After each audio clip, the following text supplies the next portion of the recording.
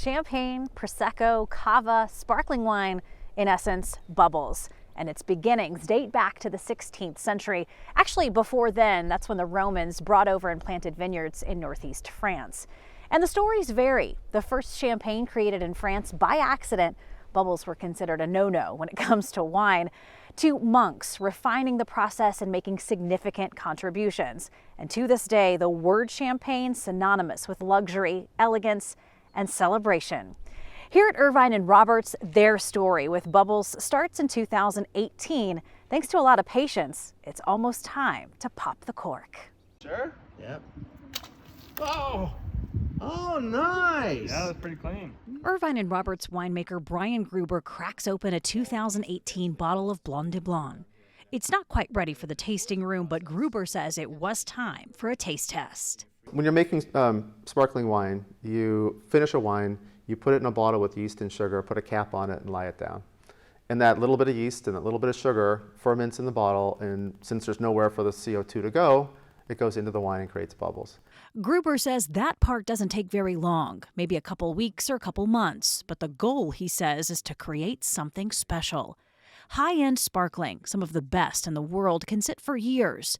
Gruber says in that time, the yeast is breaking down, creating tiny bubbles.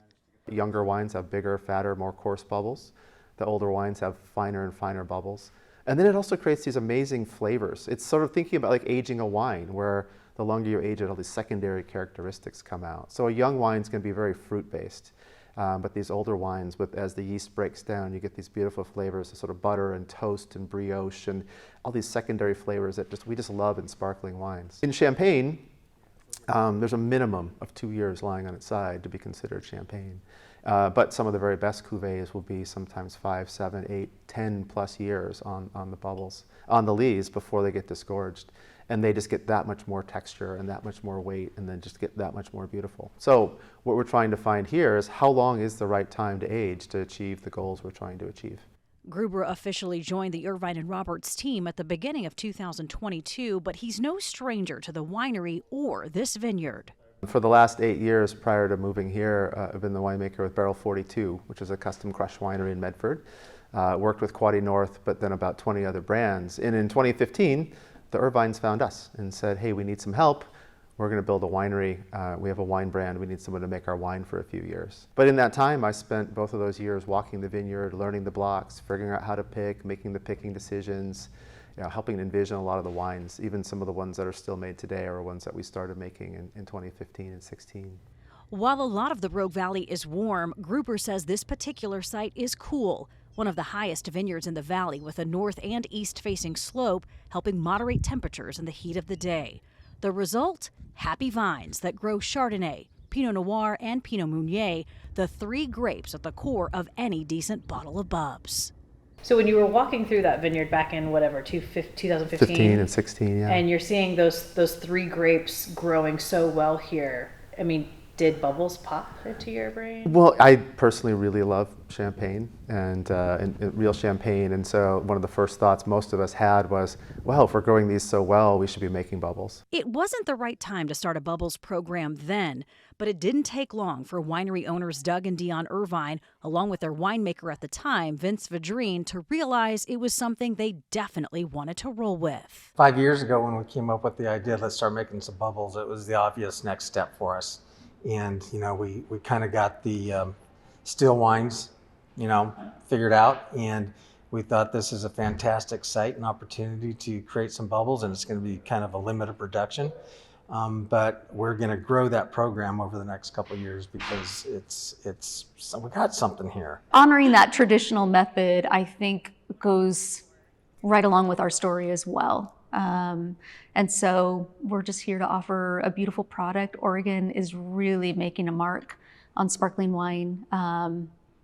It's getting noticed, which is really cool. And the truth be known, Dion's a big champagne geek. She's a sparkling geek all the way. So she had a lot to do with let's make the sparkling wine.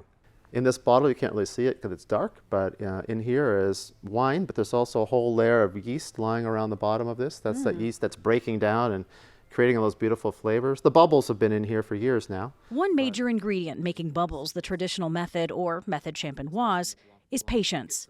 These bottles have been literally lying down on the job for the last 3 years, but Gruber says they recently tasted the 2018s and they're ready. It's a little cloudy, only because this was hand disgorged, so that's not what a normal finished glass would look like. Your story with Irvine and Roberts and the bubbles here has really come full circle. That was one of the things I was excited about when this opportunity came along, was going to be able to be full circle, right? I remember in 2017 taking all these 2016 wines we'd made, they were still in barrel, and handing them off to Vince, the winemaker who they brought in to take over this site.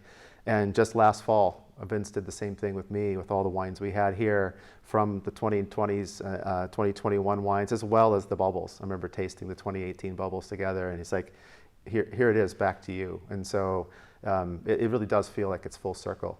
A project envisioned in 2015, executed in 2018, and coming to fruition this year. It's worth the wait. I think so. Yeah, that's why we chose to do it. I think, for me, there's nothing like a celebration with bubbles. It's like, it's not just a great wine, but in many ways, it's also an occasion. We're going to be popping Irvine and Roberts bubbles when this year? November 12th. That's so exciting. You didn't know that? No. Thanks for letting me know. It's a date.